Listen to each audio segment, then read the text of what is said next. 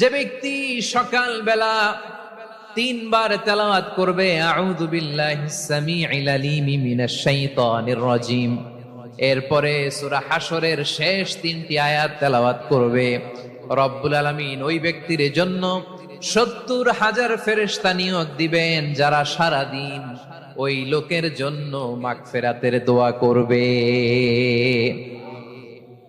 শুধু এখানেই শেষ নয়, বিশ্বনবী ফরমান ওয়া ইন মাতা ফি যালিকাল ইয়াউমি মাতা শাহীদান, ওই দিন যদি ওই ব্যক্তিটা ইন্তেকাল করে সে শহীদ হয়ে কিয়ামতের দিন আল্লাহর সামনে দাঁড়াবে।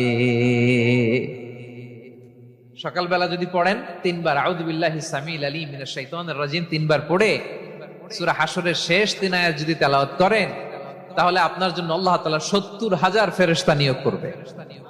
সারা দিন তারা আপনার জন্য মাগফিরাতের দোয়া করবে, আর ওই দিন ইন্তেকাল করলে আল্লাহ তাআলা শহীদ হিসেবে আপনাকে কিয়ামতের দিন দাঁড় করাবেন।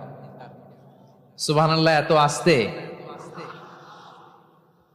আবার সন্ধ্যাবেলায় যদি পড়েন, সারা রাতের জন্য ৭০,০০০ ফেরেশতা মাগফিরাতের দোয়া করবে। ওই রাতে মারা গেলে শাহাদাতের মৃত্যু নসিব হয়ে যাবে।